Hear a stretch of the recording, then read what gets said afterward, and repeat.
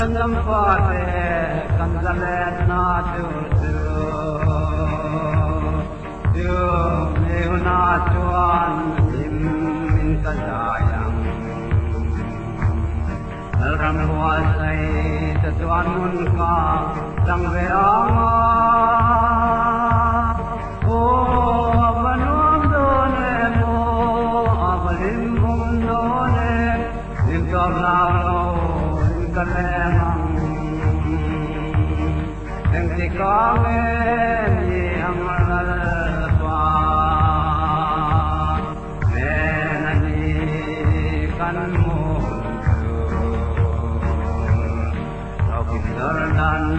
Kalau kaya kita banar siangin kaemang Tuhan min kasayang Alam wasai Tuhan munka sang verama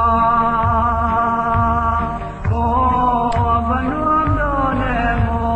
abalim donem Inkalalo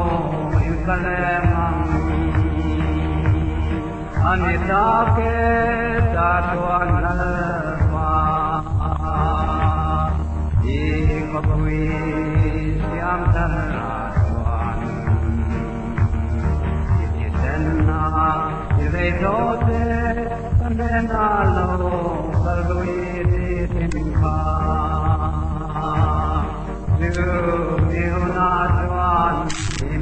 min kasayang Ramwasai Tatuan munka sangveama Oh abanuam donemo abalim done Intobralo inkalemang Oh kapuitar imoy mang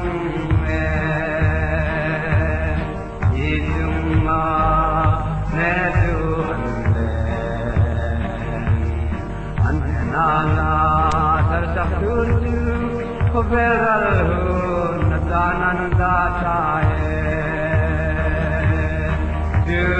Nihunatuan in kasayang Ramwasai Tatuan munka sang veama Oh abanuam donemo abalim done Intobralo kanemang